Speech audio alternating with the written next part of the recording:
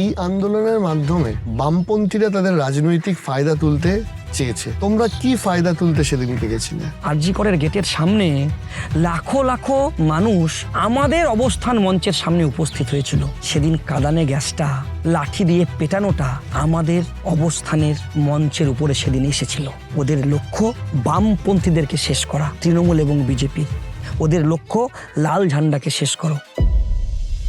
বহু লোক তারা হয়তো মনে মনে এটা ভাবছেন যে ভোটটা দেবো, ধ্রুবজ্যোতি সাহা লাল পতাকার প্রতীকে জিতবে, জিতে আবার বেশ কয়েকজনের মতো পরিবর্তন করবে না তো?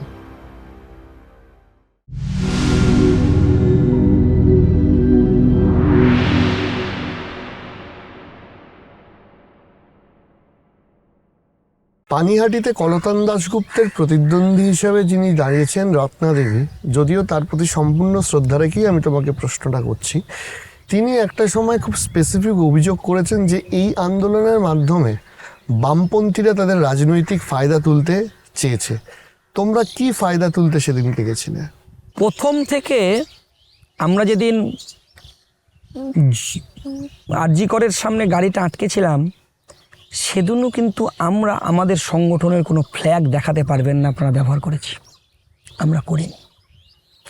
আমরা অবস্থানে বসেছিলাম, সমস্ত অংশের মানুষকে আমরা সঙ্গে নিয়েছিলাম, কারণ আমরা লড়াইটা শুধু এসএফআই ডিওয়াইফাই থেকে করতে পারতাম, কিন্তু না, আমরা ছাত্র, যুব, মহিলা, শ্রমিক, কৃষক, খেতমজুর, আইনজীবী, চিকিৎসক, সরকারি কর্মচারী সবার কাছে আহ্বান জানিয়েছিলাম যে একটা বিরাট যুদ্ধ, একটা বিরাট লড়াই। এই লড়াই একা আমরা লড়তে পারবো না, এই লড়াইয়ে সব অংশের মানুষের সহযোগিতা চাই।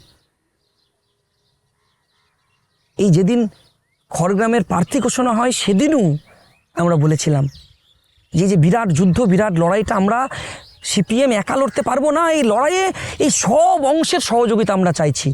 কারণ এই সব অংশের সহযোগিতা ছাড়া এই দুর্নীতিরাজ, দুষ্কৃতিরাজ, বিজেপির সাম্প্রদায়িকতার বিরুদ্ধে লড়াই, আর একদিকে তৃণমূল আর বিজেপি যে একটা সেটিং দল, একটাই দল, তার বিরুদ্ধে এই লড়াইটা এস্টাবলিশ করা কিন্তু খুব কঠিন কাজ। কারণ আমরা ধর্ম নিয়ে রাজনীতি করতে জানি না। আরজি করের ঘটনা সেটা প্রমাণ দিয়েছে যে আমরা মানুষকে সঙ্গে নিয়েই রাজনীতিটা, লড়াইটা করি। তার কারণ 14ই আগস্টের রাত্রিটা একটু মনে করে দেখবেন।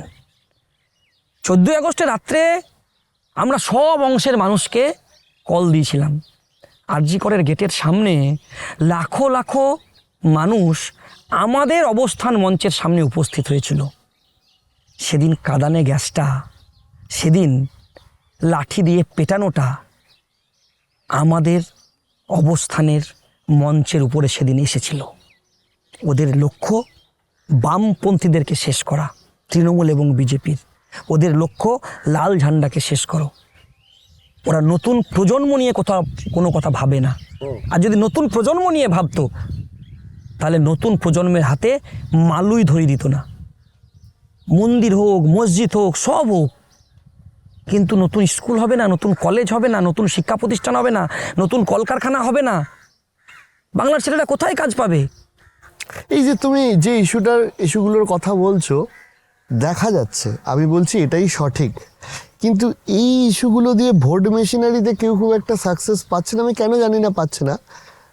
এই প্রায় সেম কথা প্রশান্ত কিশোর বিহারের নির্বাচনের সময় বলেছিলেন যে কর্ম, শিক্ষা, শিল্প, স্বাস্থ্য ইত্যাদি, ফলাফল খারাপ হয়েছিল।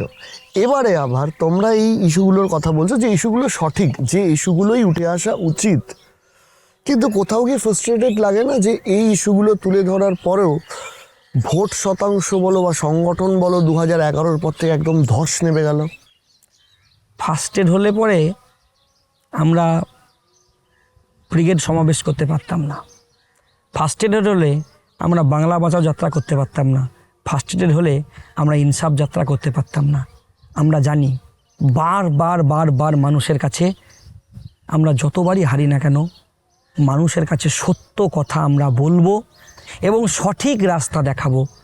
আজ নয়তো কাল একদিন মানুষ আমাদের কথা বলবে এবং আমাদের কথা শুনবে, এই ভরসা আমাদের মানুষের কাছে আছে। তোমার পেজের সোশ্যাল মিডিয়ার প্ল্যানারটাকে যে এত ভাইরাল হচ্ছে, তোমার এই এই এই সাধারণত এই গ্রামের মাঠে বসে, আমারও এটা নতুন এক্সপিরিয়েন্স হলো যে একদম গ্রামের মাঠে বসে একটা পডকাস্ট। আর তোমার প্ল্যানারটাকে? আমাদের প্ল্যানার ওই রকমভাবে কেউ নয়।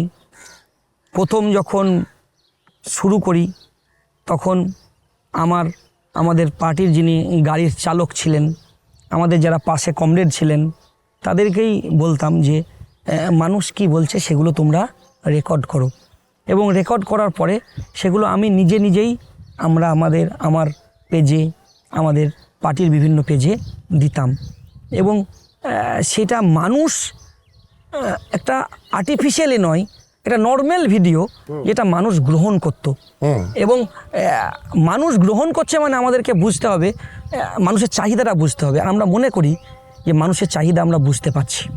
এখানে আর একটা বিষয় আছে যে এই যে ধরো আমি তোমার ভিডিওতেও কমেন্ট দেখছিলাম, সবাই প্রায় লিখছেন যে ধ্রুবজ্যোতি সাহা জিতছেন, বা ফেসবুকে যখন সিপিএম কোনো ভিডিও আপলোড করে সমর্থনের মানে বন্যা বয়ে যায়, মানে ওই সমর্থনের মধ্যে ফেসবুকে ভোট হলে 294 280টাই সিপিআইএম জিতে যেত।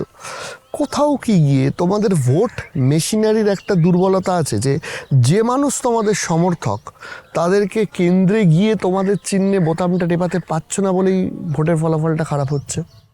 দেখুন, এর আগের নির্বাচনগুলো দেখবেন, সেই নির্বাচনগুলোই একটা প্রশাসনের হুমকি, তৃণমূলের হুমকি, ভোট না দিতে দেওয়া, আবার ভোট গ্রহণ কেন্দ্রে গিয়ে লুট করানো।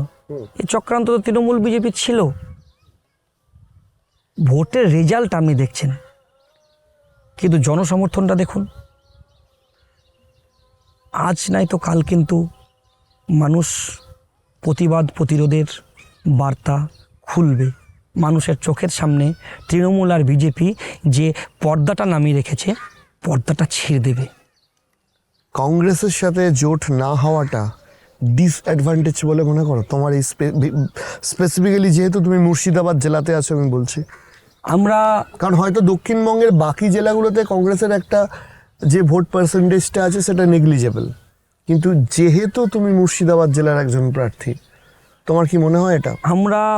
আমাদের পার্টি প্রথম থেকেই কংগ্রেসকে সহ বামপন্থী সব এই অংশকে জড়িয়ে আমরা আমাদের কাজ করতে চেয়েছিলাম। না ধ্রুবদা, সেইটা আমরা দেখেছি। আমি বলছি আজকের ডেটের গ্রাউন্ডে ভোটের অঙ্কে যদি এই যে জোটটা হলো না, এটা কি একটা নেগেটিভ তোমার জন্য?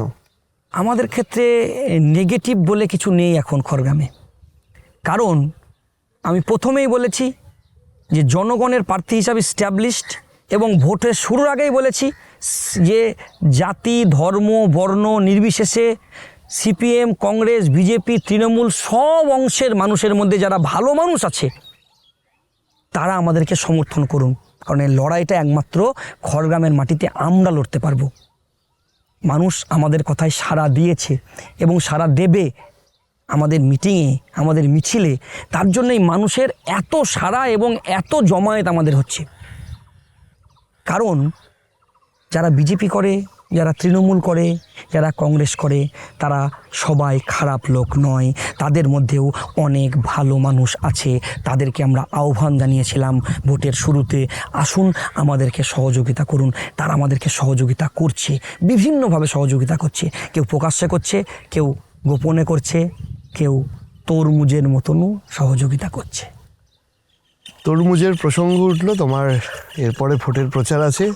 আমার লাস্ট প্রশ্ন, সিপিআইএম বহু সমর্থক একটা ইনসিকিউরিটিতে ভুগছেন যে যেভাবে বিগত কয়েক বছর ধরে বিভিন্ন ঘটনা ঘটছে, বহু লোক তারা হয়তো মনে মনে এটা ভাবছেন যে ভোটটা দেবো, ধ্রুবজ্যোতি সাহা লাল পতাকার প্রতীকে জিতবে, জিতে আবার বেশ কয়েকজনের মতো পরিবর্তন করবে না তো?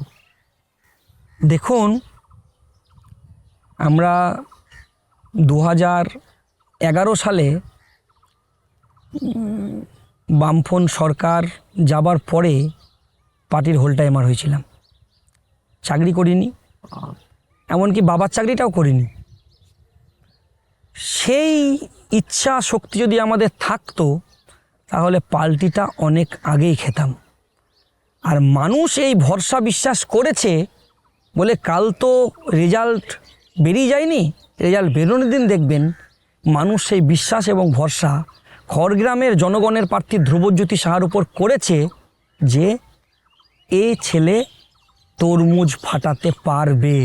আর বলছি খড়গ্রামের জনগণ তরমুজ ফাটাবে, সবুজ ফাটিয়ে লাল বেই করবে। 4 তারিখে কথা হবে আপনার সঙ্গে। অনেক শুভেচ্ছা রইল ধ্রুবদা, থ্যাংক ইউ সো মাচ আজকে এতটা সময় দেওয়ার জন্য।